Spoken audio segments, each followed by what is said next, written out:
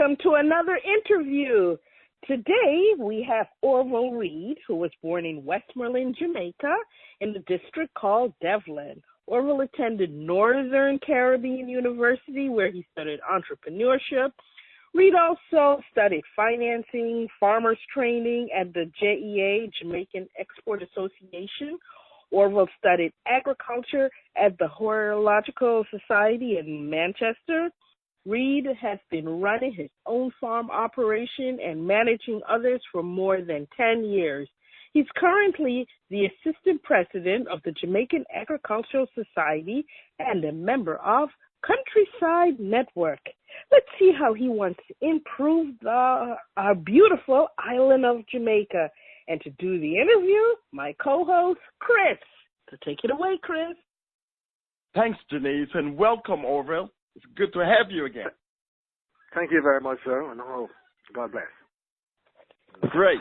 We know some folks might have heard our original interview, so give them a little about your Jamaican roots.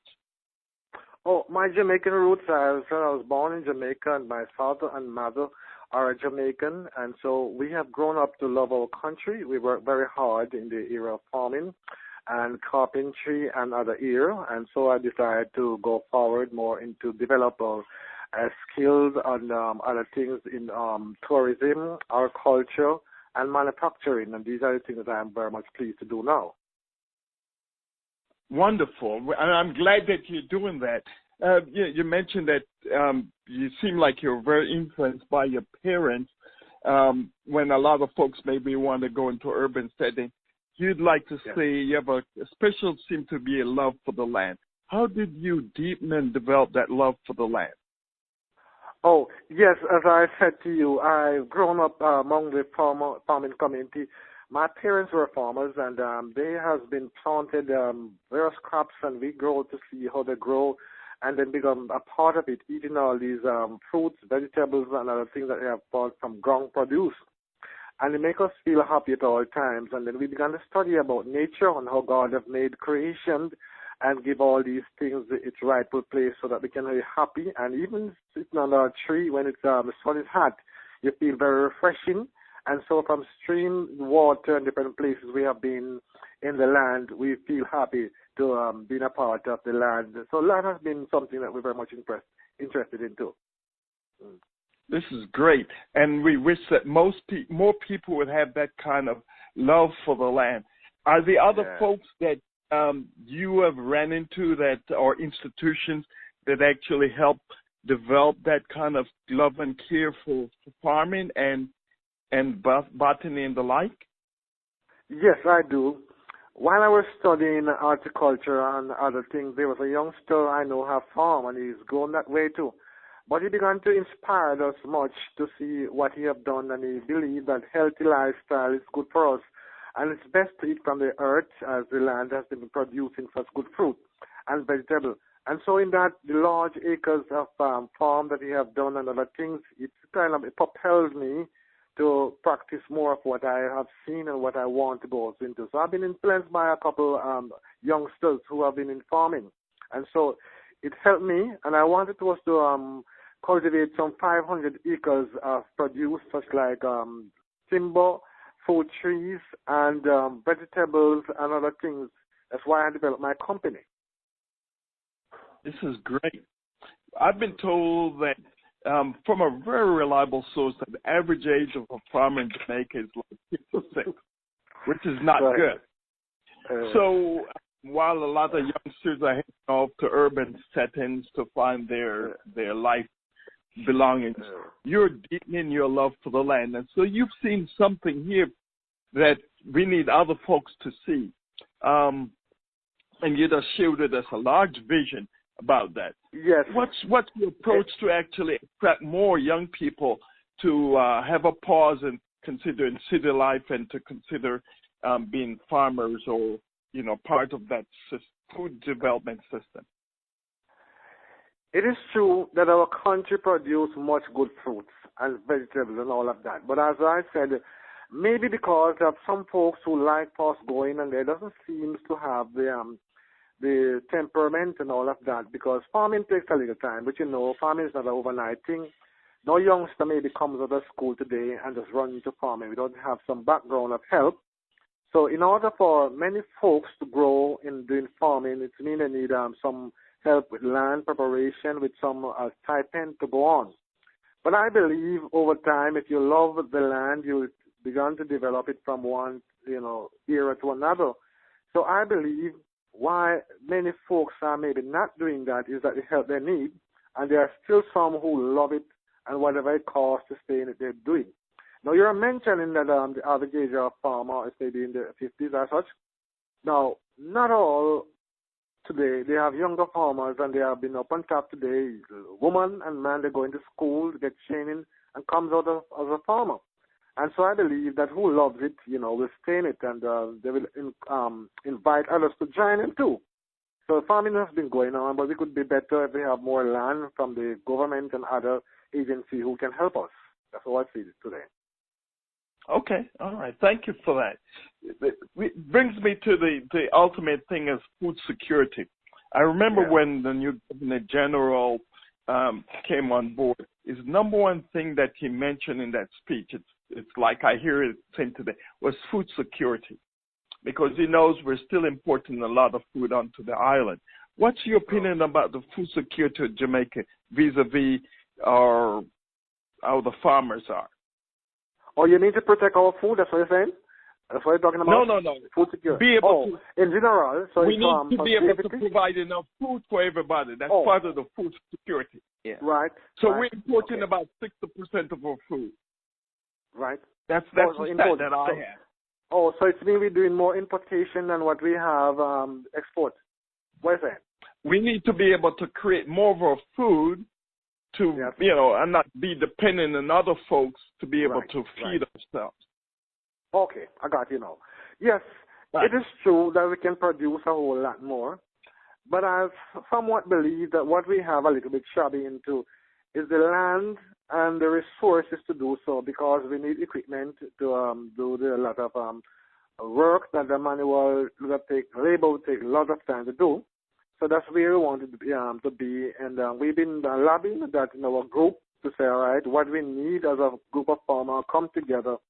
We need more land, and what if we have maybe each person who are going to farm and get maybe 5 or 10 acres of land with tractors and so the necessary resources, I think we would have been more dominant to produce and what we imported today. Then the safety of that now, we think that one would have been healthy, because we are now looking how our life should be, not having a whole lot of the starchy thing or sugary thing. We wanted to produce better thing or healing that we can do in the manner of how we get sensitization with good farming practices. So that's what I'm thinking now. Okay. Well, I wanted to, now we've arranged, let's pretend that we just arranged a meeting between yourself and the PM who was in charge of agriculture. He is the decision-making guy. What are the 3 priorities you would say he should have to be able to support yourself and other farmers? Oh, other farmers. I want to say that we had, as we know, we are part of the JS, Jamaica Agricultural Society, but where we are, in Manchester, in the Christian era, we had our group, and so we lobby at times with the PMO and others too. So what the 3 parties would have come with RADA and the others to forages. They have been doing a lot.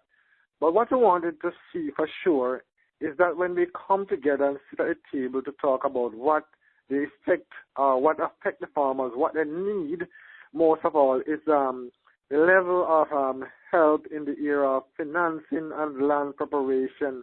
And I want to believe so. It could be other things too, such like the chemical that we've been using here. I think it will affect us, I think that we have to use less of those chemicals.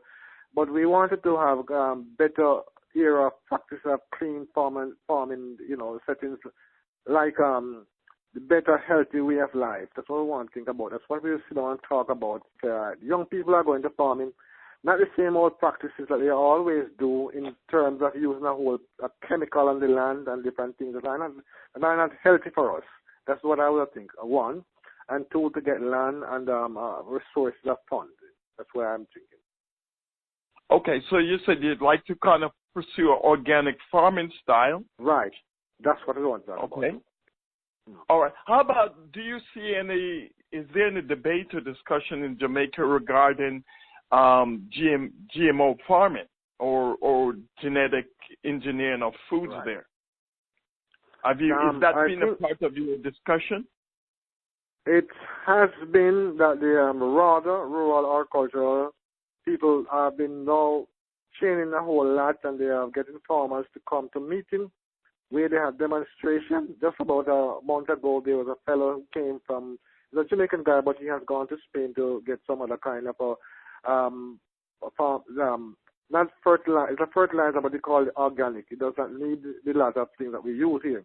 And so he came back to Jamaica to use that as a part of developing a better way of farming. So discussion have been made. They have various workshops with those kind of a behavior. So things have been turned around a little.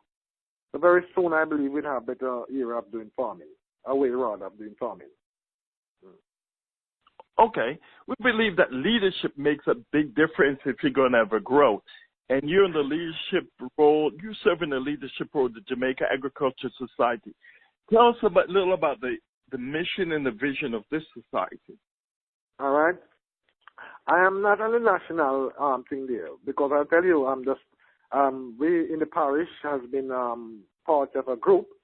But since the national thing have talking about ensure to protect and promote farmers, and that may be the vision or the mission. And the vision would have been knowledge farmer and the organization and the interest of Jamaican farmer. Now, I believe that as a group of us come together, we must have something, because we cannot live without vision. So our vision, our goal is to build people coming to town and city in a holistic manner. So farmer would now move from one stage of farming behavior to be another stage. Instead of saying, we have now a leader, and leader promoting good values and attitude towards life, so that they would have trained others to be motivation and good farm practicing. That's what I would think. Okay. All right. And we know you have a special initiative that you're kicking off here that you'd like to use as difference maker in Jamaica agriculture. Give us an overview of that project and tell us why it matters and we should pay attention to what you're suggesting here.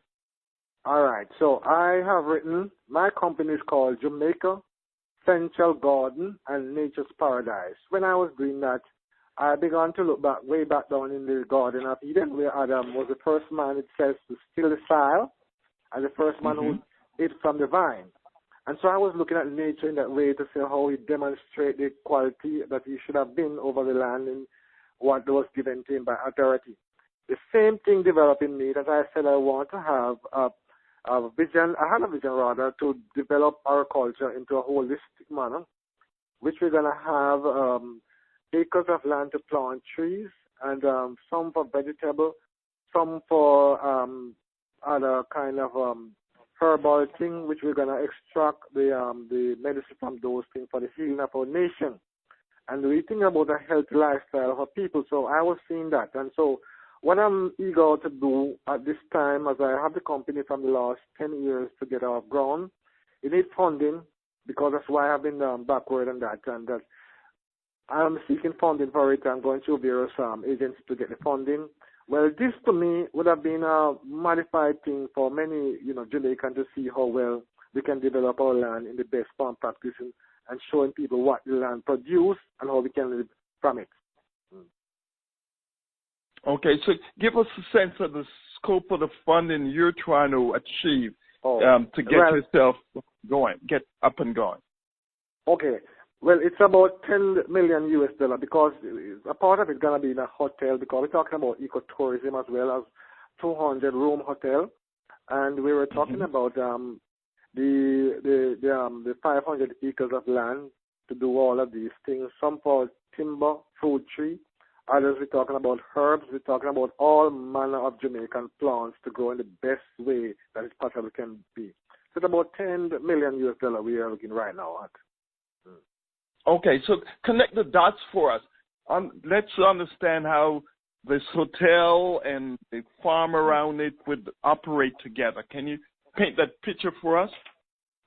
Oh, all right. Now we're talking about tours. One of it is tour because I want people to come from everywhere to come and enjoy Jamaican food and to see what Jamaican spirit is like and too. So having the hotel as one part of it, is that when the guests come here, we were having to stay there. But we were talking about having the different things that we practice here, horseback riding, bento bands, the person who comes sing, and the different type of food we have to eat, and the wine or the different kind of thing that we drink as such like, and to show the real Jamaican spirit, what Jamaican people are like and to. So that's what we're talking about here. But some would say that we have that currently now. What difference would you be adding to that from the current situation that we have? Or don't we have this? Give us your thoughts on that. No. Well, it's true. But remember, not everyone would have seen the same thing that you come to Jamaica for years, you would never know all about Jamaica. You would never eat of all the Jamaican food when you come to Jamaica. There are some people just, in some part of the all-inclusive, you have various things have been done there. But, my thing is maybe a little bit different. I would not say all of it, but I want to tell you that what we have planned is not foolishness. It's something that is good for all Jamaicans. Good place to relax, having a right mind, having the right thing to eat, the right company and good fellowship. That's what we're talking about. Okay. So suppose we have a millionaire listening who happens to be listening to this broadcast. What would you say to him or her that would compel them and motivate them to say, this is the company I needed to invest in? I would tell them that's wise to do business with a person who have a heart of business. One.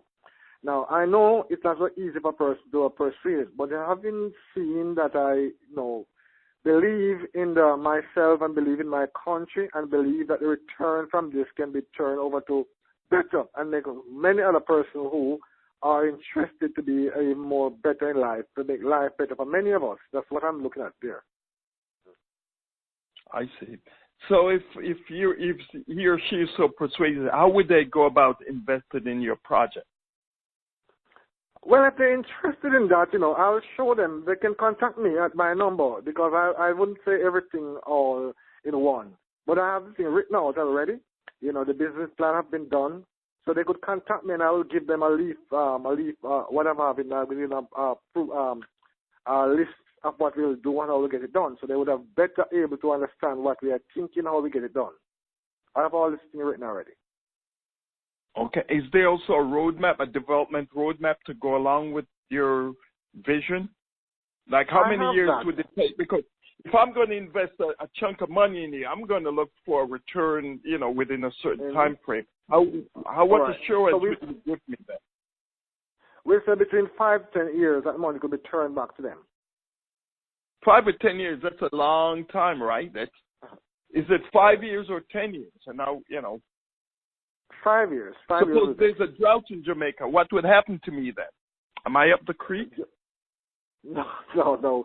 We do not believe that will be taking place. It's anything that is possible. But we are thinking business is a little bit risky. But I'm thinking the best way to come through, is just to give a little time there to work it out. But I know that I can get it done. Okay, so we just need to believe in you to make this thing happen. But that's what I'm saying. If you don't believe in me, it makes no sense. But believe is one, and I think work with me, and I work with you. That's another way. Okay, so in your guesstimate, when you have a timetable when you'd like to launch this? Yes, it's this January, sometime about the 5th of January month. Okay. What other places have you gone for support for this project, and what's been the response there? Well, I have been to Jamaica Business Development Corporation, and I have been to the other institution as the one this came out of my mouth here, but it has to do with Jamaican as well, and they have launched my thing on the website there, what I want to call it. But Business Development Center on the other one, it's on there. right beside Pegasus Hotel there. I just can't call the name, but I remember, you know. It's not Jamie, I forgot the name. But anyway, I've been through those banks, and there are business things, but they help to guide me, and they give some incentive as what they call the grant funding for getting some of the thing done, like the right business plan, and to do other things to get the thing off, you know. DBJ one I'm talking about. Right? DGJ, So okay. So they've helped you develop your game plan. Right, they helped me with that. But the other funding, they would not have gotten that to me because I have to have a lot of more capital for what they asked for. Which I do not have all of that up front now. That's what delayed my plan from the last 10 or so years. So at this time, I think I've gone through all of that barriers. I've gone a way up now. So it's just to move from where I am to go to the next level now. You've kept this dream alive for the last 5 years, and we certainly hope that you do. So if you should look out 5 years now with the business, the first of the 2019, give us your horizon for the next 5 years for this idea taking shape and becoming reality. Well, in the first 2 years, I think we'll have worked to get some of the building up while planting, do some other things like planting things and maintaining, buy some things, equipment, and from that we can do some of the distributor of the things that we sell, sell rather from the crop there, and some tours could have been going on in the meantime because we would have part of it going within the next 2 to 3 years. We'd have all much done. That's where I'm looking at now. So you have a community of folks. You have a community of folks that are supporting you. Yes. Yeah, the group farmers are on board. Yes, and the group I joined, Jamaica, the JS group there, which I said I am the assistant president, and they are very much supportive, you know, and they wanted to see my thing going. I share my vision with them, and they share theirs with us. But we do a whole lot in the community. We lobby for road, we build indigent houses, and we have our group that's been going on for the last couple of years. Started a long time, but I think it was restarted in 2005. And we have about 50 odd members sometimes. What we've been doing, we're giving scholarship, they're doing award, and they have fundraising. It's one of the best groups. We get number of times, about 2 consecutive years, we have get the highest honor as best kept group and some other things. But we've been going on because we have been assist students with scholarship each from 2012. We have 3 students each year to give them scholarship. And it's been still going on up to this very last year, because we are now in the new year. Oh, sorry. You know. And we want to do more too. So we've been working. Wonderful. Well, I like your tenacity. I like your spirit. I like your vision. And I'm going to give you, here's your final opportunity to make your closing argument to folks who may be on the fence or maybe not persuaded yet, why they should really come on board and support you. Yes. I desire to build a nation, people. My motto is to build people, community, and city. My vision is a little bit broad. Sometimes it may seem to me, but it's not a one person carry this vision because I've shared. And I believe if anyone who wanted to see this thing take off and to be the best of what we believe, that our people can eat healthy, live healthy, and do our business in a holistic manner, I would encourage them to join me. Well, you have. I like the healthy ambition you have. We want to wish you much success as you go forward and this new year, and that someone will hear and come aboard and support you. Oh, is there anyone who would have wanted a number? Yeah, Should I give my number? Just a minute. To learn more about Jamaican Diaspora, visit JamaicanDiaspora.com. To learn more about Chris Daly, visit digital2, that's the number 2, grow.com. And Orval, give the audience your contact information. Yes. My number is 876-812-8460. And there's another one, 876-337-3414. Do you have an email? Yes, my email is reidoval11@yahoo.com. Okay, and your website? Oh, I don't have a website with me now, but I have a website, but I can't tell you from my head now. Oh, okay. And what about social media? Facebook or anything? LinkedIn, I'm on LinkedIn. LinkedIn, and then all they have to do is type in Orval Reid, and then you'll be able to get a hold of you. Okay. Right. But we definitely enjoyed spending some time with you. Community, let's come together and have some healthy food grown in Jamaica by